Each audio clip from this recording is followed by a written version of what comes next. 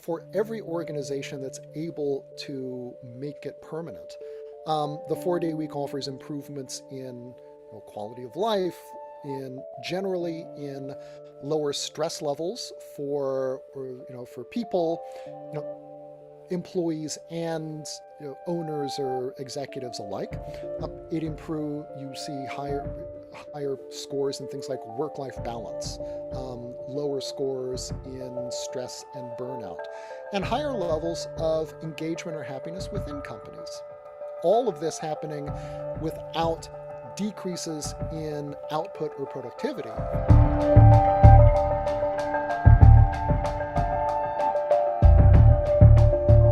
Hi, everyone. Welcome to part two of my conversation with Alex Payne. If you didn't hear part one of this conversation, I encourage you to go back and listen to it. I think you'll like what you hear. And now, on to my conversation with Alex Payne, part two. What I've always taken away from your work is that at the end of the day, this is about two things: allowing us to be more mindful about whatever we do.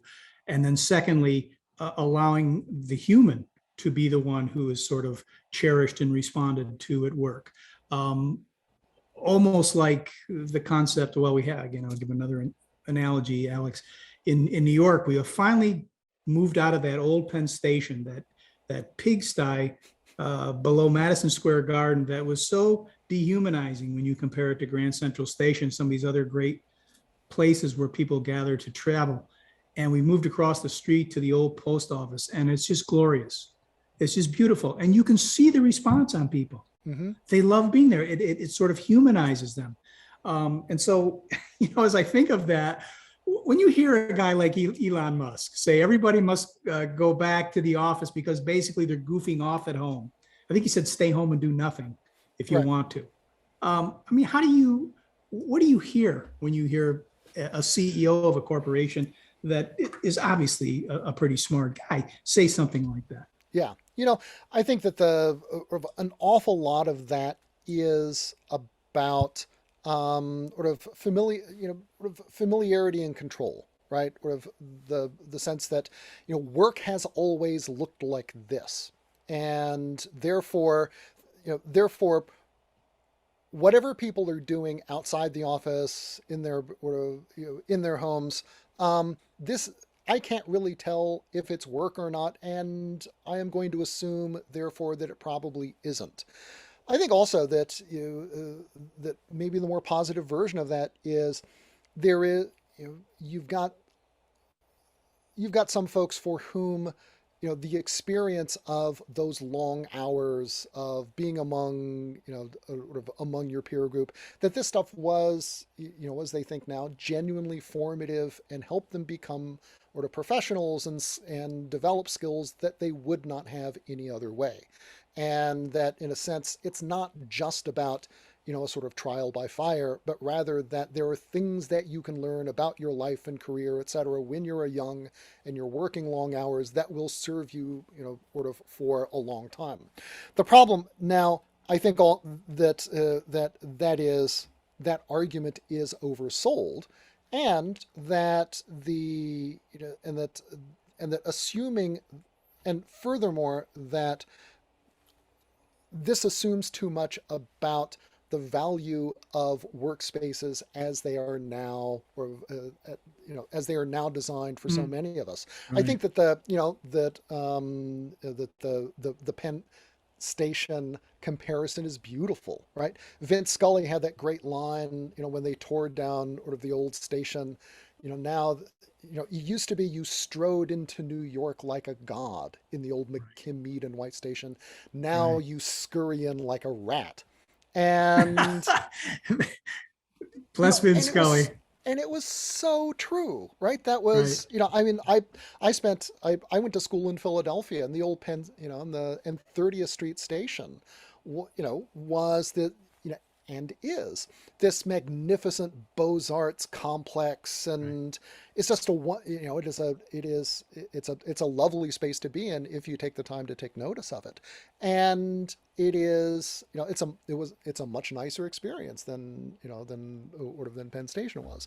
But I think that, again, if you had the choice, of sort of working in Penn Station or working in the new post office, and or working in Penn Station versus working at home. Um, I think most of us would, sort of would quit, would choose the second over the first, and we would be very smart to do so. So, Yeah. Yeah. And again, the point there, and Vin, of course, as usual, got the words right. But again, it's really about the knowledge worker and going from smart to intelligent, right? mhm. If, our belief has always been that in cities, if we can find ways to unlock more of our human potential, then we will create better places to live. Mhm. And so whatever allows us to do that, obviously our urban design, our architecture, our thinking about the duration of time at work, well, if that is the is that if that is the if these are the tools that will allow us to unleash our humanity, our intelligence, then we'll be more economically productive. The outcome will be better if you just want to reduce it to that. Um, but I don't want to go off on a rant here, as I guess Dennis Miller used to say. But let's talk about the 4-day work week, because I think it feeds into that. First of all, if you want to share any recent data on that, great. The question I wanted to ask you, though, as I've been thinking about talking to you again, is this an evolutionary step based on where we are as say knowledge workers in the history of our work, or is this something bigger or smaller than that?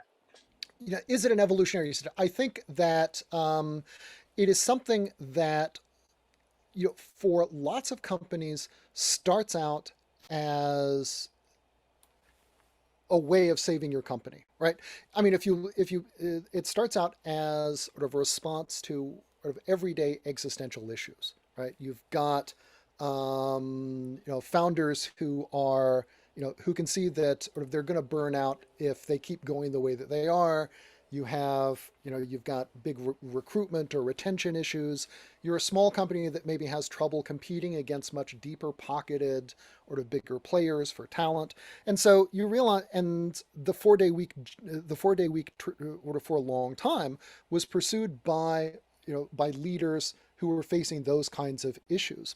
And it was only after the 4-day week became sort of became part of their normal working lives that it turned into something kind of revolutionary, right? It became an engine for thinking differently about the relationship between working time and productivity, or the play or stimulated new thinking about the place of work in our or of our lives, and sort of the possibilities of creating ways of working that are more sustainable, that let us do the work that we love for decades, and in a fashion that enriches our lives rather than for a few years that burns us out. Right. Um, so I think that the now, what we are, I think what we're seeing now more is I'm hearing fewer stories from leaders about sort of the need to solve problems that are specific to or to their company or to their moment, but rather, I think everyone has kind of gone through the same sort of big experience in the last couple of years. That, in a sense, the pandemic has been that big existential threat that Yeah. every company has gone through. And so it has widened interest in or the 4-day week, and I think offers a possibility of moving it from something that has been interesting but a little bit on the fringes to something that is much more a sort of a kind of mainstream response to sort of to the various pressures that business people are sort of facing. So is it evolutionary? Is it revolutionary? I think in a sense it is, not to cop out, but the answer sort of is yes. And it sort of starts, I think like some things in industry or technology, it starts out as one and then turns into the other.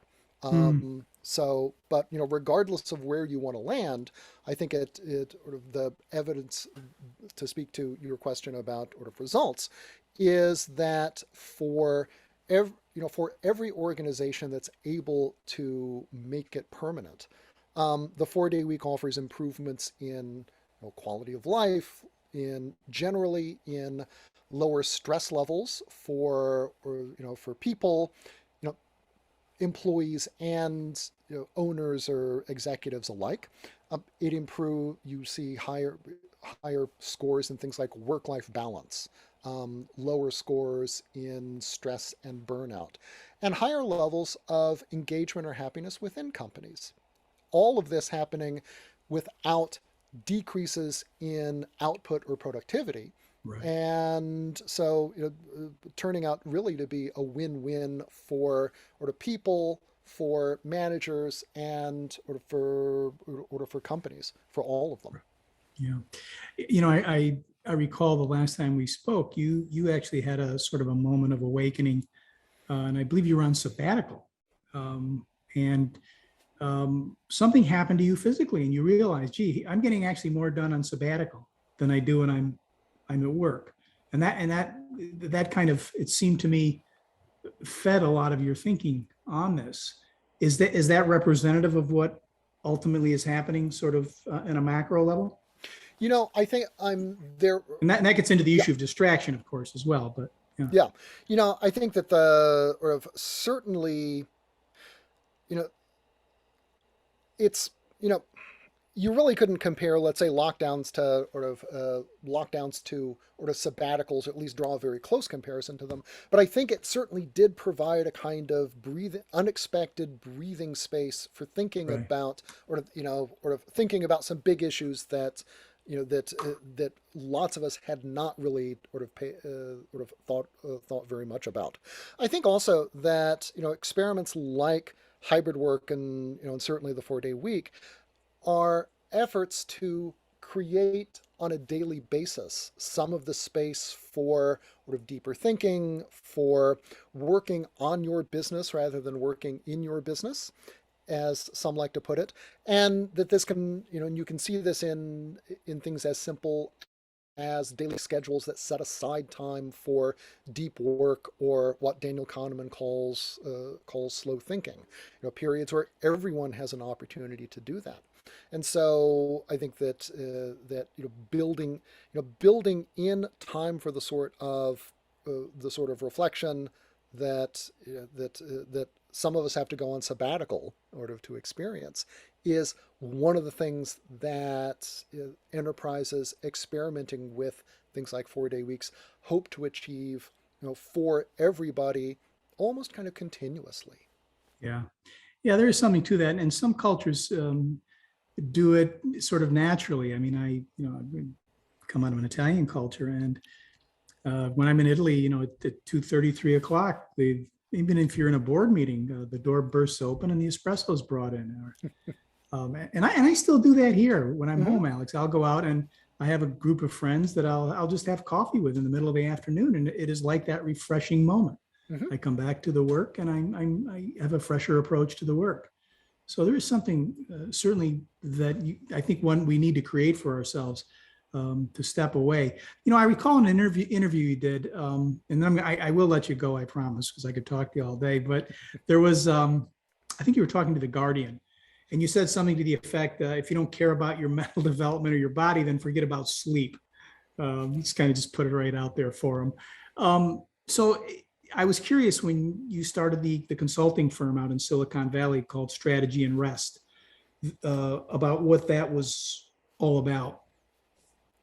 So, sleep is not something that we address directly, but the what strategy and rest has really been focused on has been helping helping organizations find ways of working rest into their sort of into their rhythms and the daily lives of their people, and recognizing that those kinds of breaks actually are not an interruption from work, or don't have to be simply time that is taken away from engaging in labor or doing productive things, but really can enhance and indeed supercharge it.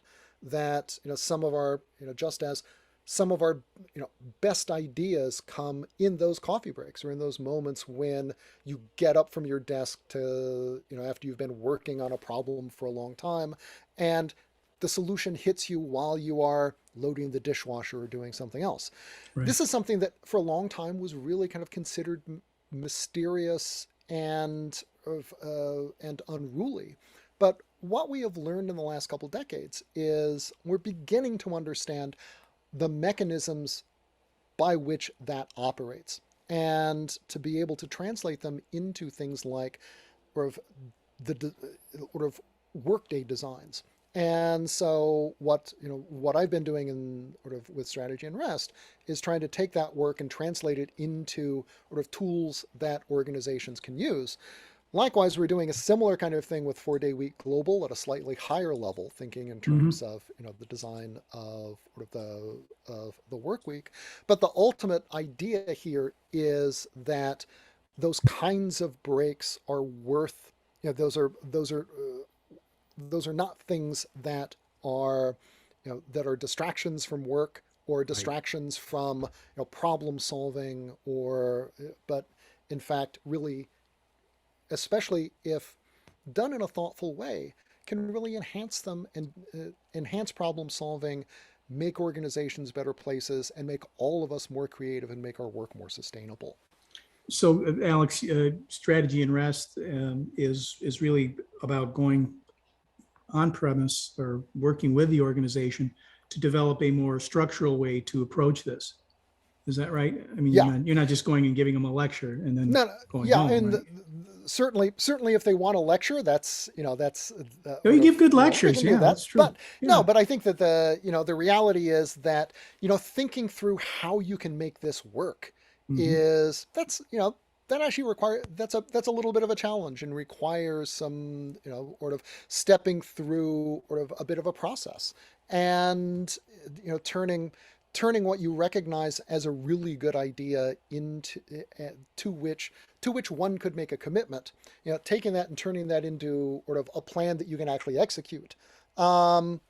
There's some steps in between the one thing and the other, Yeah. and sort of what sort of and what I do is sort of help people get from the good idea to the thing that they can actually put into practice. Right. That was going to be the last question, but I have to ask you one more. The I know you look a lot at the functioning of the brain, neuroscience, the neuroscientific element of this, which I find terribly fascinating.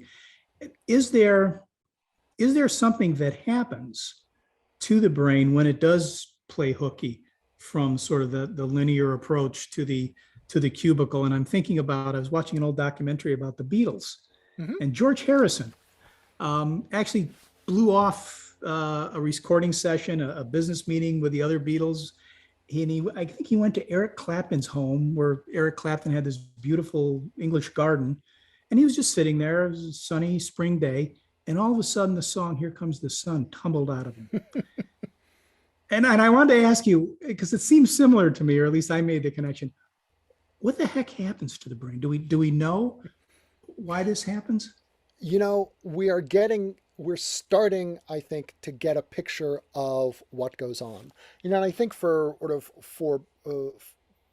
most of us, the critical thing is that those kinds of aha moments are not just things that happen randomly. Right. That particularly the really memorable things like moments of creative inspiration, or sort of moments, those aha moments where we suddenly see solutions to problems that we've been working on fruitlessly for a long time. Those moments come almost always after a fairly intensive period of sort of laboring on those problems. Um, it's very having "Here Comes the Sun," or in Paul McCartney's case, "Yesterday," he said was the one song that kind of popped into his head fully formed. Those are those are much rarer than those times when sort of you've been working on something for a long time and you set it aside and then the answer comes to you. And I think Right. that the key thing is, it turns out that if you wanted to, if you wanted to really make use of that kind of downtime, that sort of playing hooky, what you would do is construct a calendar, construct a daily schedule in which you actually layered periods of deep focused work with then periods where you're apparently doing nothing, right? You're going for a walk, you're on the treadmill, you're doing something that is kind of just engaging enough to to keep your mind a little bit occupied, but not super occupied. And it's by, and what's going on is that part of your brain still has that stuff in short-term memory, the problem that you were working on. Right. And one of the things we know is that brains love to solve problems. It's essentially what brains do, right? And so we're in that rhythm. You're off on the walk. Part of your kind of creative subconscious is still focused on this unsolved problem, still turning it over, but you're giving it space to do its own thing, to try out new ideas, to try out combinations and potential solutions, even while your conscious attention is focused on the trees and the sky or the path in front of you. And that combination then allows you, and that is what creates space for that kind of problem solving and those kinds of insights.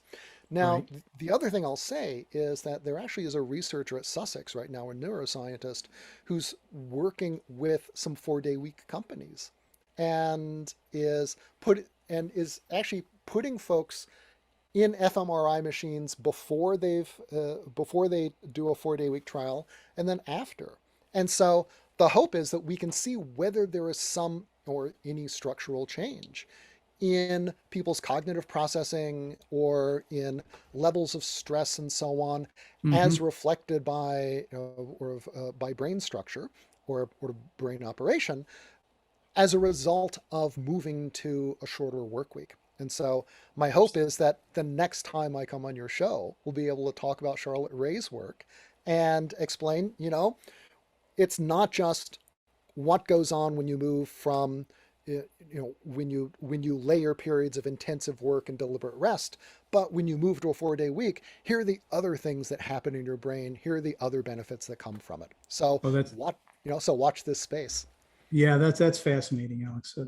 That's a great way to sort of conclude here and to set it up for the next time. And we'll obviously try to pull you in here again next time. But listen, I really appreciate you making time for us because I know you got a lot going on right now. So thanks so much. Oh, you bet. It's always a pleasure to talk, and it's you're I have to say of your questions, you are maybe a better reader of my book than I am, or a writer of them. So, but thanks very much for that. Well, you're a terrific writer, and again, I think this stuff is really important. I think it's, as I said, I think it's revolutionary work, and I think it's going to influence the way people live their lives in the cities, and I think it's going to help make more intelligent cities. So, we appreciate your intelligence on this subject and your courage. Great. So, we'll talk to you next time about Charlotte Ray's work. You bet. All right. Thanks a lot, Lou. Well, that concludes my conversation with Alex Payne. Many thanks to him again for making the time. To contact Alex to learn more about this work and his appearances, visit strategy.rest. And you can also follow him on Twitter at AskPayne. We'll continue to follow up on his work and how it impacts your communities. And maybe we'll get him in front of mayors at some point, because we do have mayors who like to listen and like to develop policies that make their cities better places. So I think there'd be a good fit. And you can meet interesting people like Alex and learn from regions, cities, and towns across the world on October 26th, when the ICF Summit returns to a live venue. The venue will be the amazing city of Dublin, Ohio, a place which produces more Fortune 1000 companies on a per capita basis than any other place in the United States. Are you shocked? Being in Central Ohio, the base of Intelligent Ohio, will be a unique learning experience, and we can't wait to get you out there.